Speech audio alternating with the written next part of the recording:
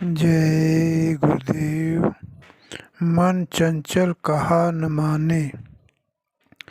बाबा जय गुरुदेव जी महाराज ने कहा कि संत मत के अलावा और जितने मत वाले हैं उन्हें यह मालूम है ही नहीं कि इस शरीर में जीवात्मा कहाँ बैठी है।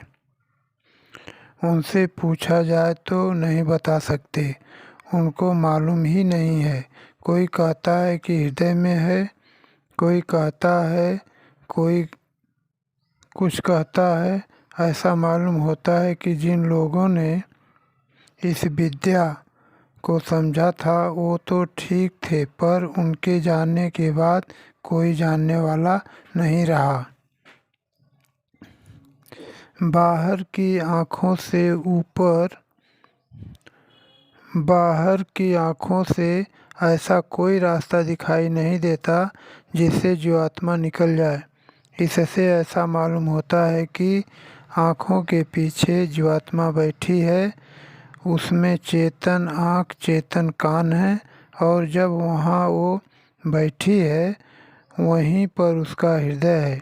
उस पर कर्मों की गंदगी आ गई, इसलिए न दिखाई देता है न सुनाई देता है। मन बाहर अज्ञान में फंस गया, इसलिए क्षणिक अनुभव करता है। इसलिए सब मतों के लोग बाहर की साधना में लग गए, अंतर की साधना पर जोर नहीं दिया। जीवात्मा की सबसे छोटी शक्ति इंद्रियों के कंवल में दिखाई देती है। जब तक सूरज का प्रकाश सिमटेगा नहीं तब तक उसकी शक्ति वापस नहीं आएगी। इसलिए संत मत में जोर दिया जाता है कि मन को रोककर दृष्टि एकाग्र करो। जब तक सूरत अपनी शक्ति को समेटेगी नहीं तब तक अपना काम नहीं कर सकती है। इसलिए साधक को चाहिए कि साधना के समय में अपने मन की निगरानी करे। यह भागेगा तो पता चल जाएगा, उसे वापस लाएं। वह बार बार भागेगा, बार बार लाकर रोको, फिर धीरे धीरे वह अपना स्वभाव अपनी आदत को छोड़ देगा। युग युग से वह भागता रहा है, कैसे एकाएक रुकेगा। शब्द ही से मन बस में होता है।